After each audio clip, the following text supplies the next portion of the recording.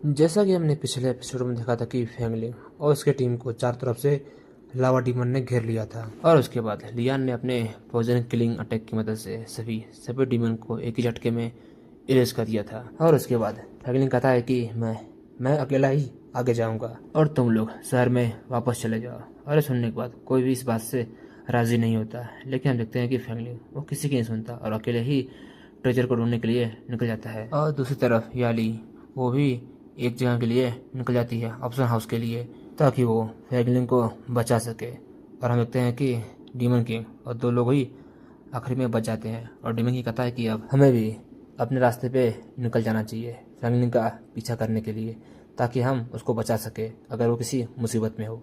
और दूसरी तरफ हम देखते हैं कि फैगलिंग एक जगह आता है जो चेस से भरे हुए डीमन से घिरा हुआ है और वो रिफाइनिंग क्रिस्टल को ढूंढ रहा होता है। तभी तभी वहाँ चेस का किंग आ जाता है और उसको देख के फैगलिंग कहता है कि ये यहाँ कैसे आया, और वो अपनी जान बचा के वहाँ से दूर भागने लगता है। अब दोस्तों उसके आगे और हम देखते हैं कि किंग जो फैगलिंग का पीछा नहीं छोड़ रहा होता है, और उसको देखने के बाद फैगलिंग कहता है कि ये तो सचमुच काफ़ी स्ट्रॉन्ग है एक क्लास का। और हम देखते हैं कि वो किंग फैगलिंग पे एक पावरफुल अटैक कर देता है, लेकिन फैगलिंग उस अटैक को अपने शॉट से काउंटर अटैक करता है, लेकिन उस अटैक का पावर इतना होता है कि फैगलिंग उसके प्रेशर से काफ़ी दूर जाके गिरता है। और हम देखते हैं कि फैगलिंग के पीछे एक सिपाही होता है और वो सिपाही एक पावरफुल अटैक फैगलिंग करता है। और हम देखते हैं कि वो सिपाही अपने स्पिरिचुअल अटैक से फैगलिंग पे एक पावरफुल अटैक करता है, लेकिन फैगलिंग उस अटैक को डॉज कर देता है। कहता है कि ये तो सचमुच काफ़ी खतरनाक है और अच्छा हुआ कि मैं उसके अटैक से बाल बाल बच गया। तभी तभी देखता है कि फैंगलिंग उसके पीछे एक और अटैक आ रहा है, एक हॉर्स का अटैक। तभी तभी फैंगलिंग अपना एस क्लास का वेपन बाहर निकाल लेता है और उस शॉट का नाम हॉर्स स्लेसिंग शॉट होता है। और उसकी मदद से फैंगलिंग उस हॉर्स पे पावरफुल अटैक करता है, लेकिन लेकिन हम देखते हैं कि वो हॉर्स उस अटैक को काफ़ी आसानी से रोक देता है और उस शॉट को अपने मुंह से ही तोड़ देता है। और देखने के बाद फैंगलिंग वो काफ़ी शौक में आता, कहता है ये तो एस क्लास से भी कई गुना पावरफुल है। और उसके बाद हमें बताया जाता है कि ये जितने भी शतरंज हैं इन्होंने अनगिनत लोगों की हत्या की है और उनके सोल को अपने खुराक के लिए इस्तेमाल किया है, जिसकी मदद से ये कई गुना पावरफुल बन गए हैं। और इनका सामना एस क्लास वॉरियर भी नहीं कर पाएगा, क्योंकि ये एस क्लास से भी कई गुना पावरफुल है। और ये सब देखने के बाद हम देखते हैं कि फैंगलिंग वो काफ़ी डरा हुआ होता है, कहता है कि मुझे मुझे मुझे पहले ही अपनी जान बचा के यहाँ से चुपचाप भाग जाना चाहिए। और हम देखते हैं कि फैंगलिंग अपना एक एस क्लास का वेपन बाहर निकालता है जो एक पंख होता है, जिसकी मदद से हम देखते हैं कि फैंगलिंग वहाँ से दूर जाने लगता है। तभी तभी फैंगलिंग देखता है कि उसके उसके सामने क्वीन अपने जायंट रूप में खड़ी होती है। और हम देखते हैं कि फैंगलिंग वो काफ़ी डरा हुआ होता है और क्वीन उस पर एक पावरफुल अटैक करती है। और हम देखते हैं कि फैंगलिंग वो काफ़ी तेज़ी से नीचे जाके गिरता है और वो देखता है कि अपने सामने क्वीन और किंग दोनों ही खड़े होते हैं और कहता है कि अब लगता है कि मैं मारा जाऊंगा और मैं अब तो भाग भी नहीं पाऊंगा। और हम देखते हैं कि किंग फैंगलिंग पे अपना एक जाइंट पाम अटैक कर देता है। और ये देखने के बाद फैंगलिंग सोचता है कि नहीं नहीं, मैं इससे नहीं मर सकता। मैं तो इस दुनिया का नायक हूँ, मुझे तो इस दुनिया में बुलाया गया है, मैं इससे कैसे मर सकता हूँ। तभी तभी हम देखते हैं कि किंग के पीछे किसी का हाथ आता है और वो व्यक्ति किंग का सर पकड़ के उसे उसे एक ही झटके में नष्ट कर देता है। और देखने के बाद फाइनल कहता है, क्या ये कौन है? ये इतना फास्ट अटैक कर रहा है कि मैं इसकी हरकतों को देख भी नहीं पा रहा हूँ, और इसने तो एक ही झटके में सभी शतरंज को एक ही झटके में नष्ट कर दिया। ये आखिर कौन है? कहीं ये हमारे मास्टर तो नहीं है जो गिल्ड से यहाँ तक मुझे बचाने के लिए आ गए? तभी तभी फैंगलिंग देखता है कि ये तो उसके ही दोस्त है, लियान और गाओ। दोस्तों, ये जो आर्मी वाला कपड़ा पहना है इसका नाम गाओ होता है। और उसके बाद फैंगलिंग कहता है, तुम लोग यहाँ क्या कर रहे हो? और सुनने के बाद गाओ बोलता है कि मास्टर, हम आपकी ही रक्षा करने यहाँ आए हैं। किंग फैन भाई ने सच कहा था, हमें आपका पीछा करना चाहिए। उन्हें आपकी काफ़ी फिक्र है और हमें भी आपकी काफ़ी फिक्र है, इसलिए हमने आपका पीछा किया। अगर आप किसी मुसीबत में हो तो हम आपकी मदद कर पाए। और उसके बाद लियान कहता, हाँ बिल्कुल, लेकिन पहले ये बताइए कि आपने कहा था कि आप सिर्फ जाके जांच पड़ताल करेंगे, लेकिन आप एस क्लास डंजन में जाके एस क्लास डीमन से अकेले ही लड़ने लगे। वो तो अच्छी बात है कि किंग फैन भाई ने हमें आपकी पीछा करने को कहा, नहीं तो आप यहाँ तो अकेले ही मारे जाते। तभी किंग फैंग का नाम सुनते ही फैंगलिंग वो काफ़ी शौक में आता है। कहता है, क्या क्या किंग फैंग यही है? अरे नहीं, इसका मतलब यह है कि यहाँ जो भी हुआ वो सब किंग फैन ने किया।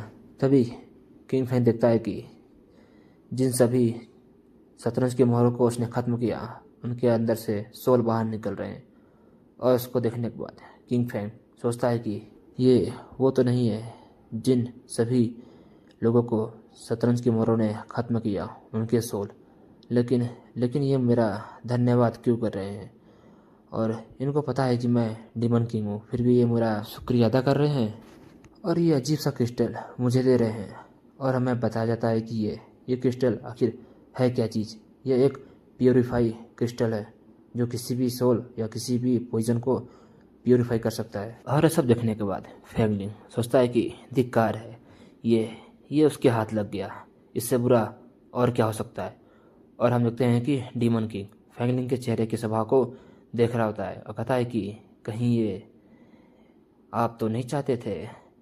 लगता है सचमुच तुम्हारे चेहरे से यही लग रहा है कि इसे तुम चाहते थे। और उसके बाद डीमन किंग फैंगलिंग से कहता है कि अरे मुझे माफ़ करना, अब ये मेरा है। और डीमन किंग मैंने सोचता है कि अगर अगर ये फैंगलिंग चाहता था तो ये ज़रूर खास होगा। मुझे नहीं पता कि फैंगलिंग का मकसद क्या है, लेकिन अगर ये फैंगलिंग को चाहिए तो ये ज़रूर कुछ अच्छा ही होगा। और उसके बाद गांव कहता है कि मास्टर, सचमुच किंग फैन हमारे साथ है, ये तो काफ़ी अच्छा है। अब हमें आगे मिलके बढ़ना चाहिए ताकि हम हर मुसीबत का सामना कर सके।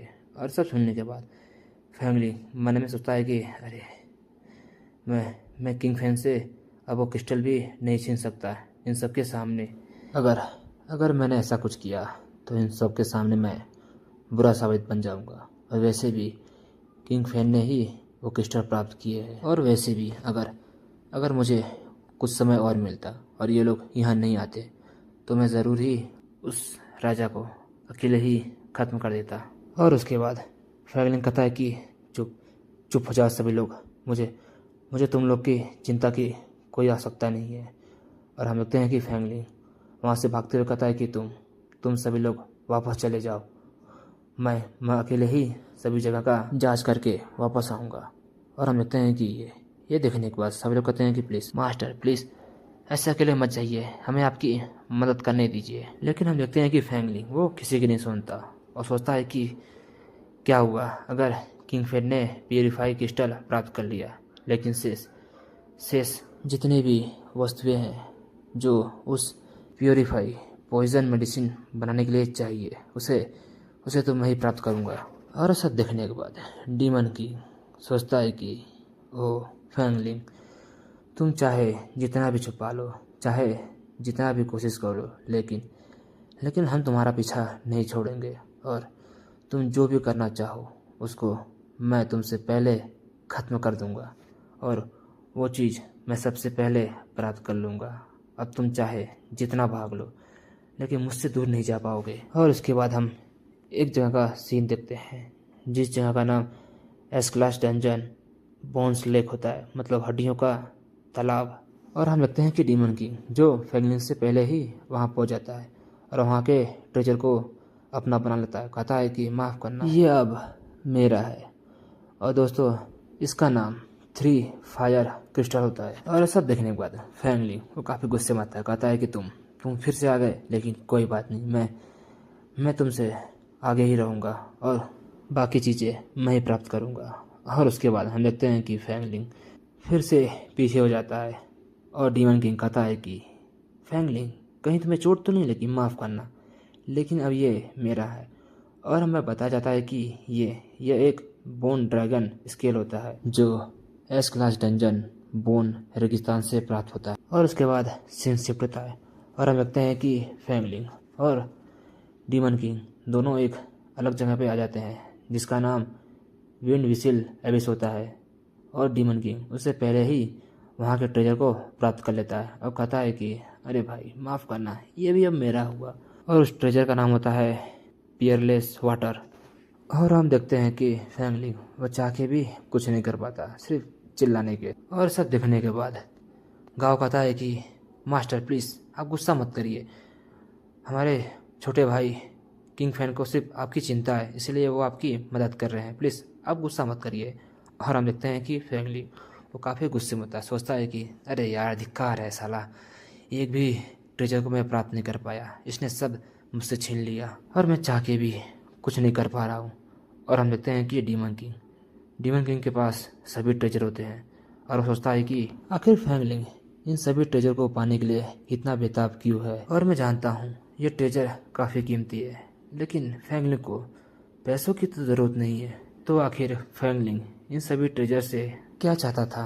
तभी हम देखते हैं कि लियान जो डीमन किंग के पास आता है, कहता है कि छोटे भाई किंग फैन, क्या आप हमारी मदद करेंगे फैंगलिंग भाई को मनाने में।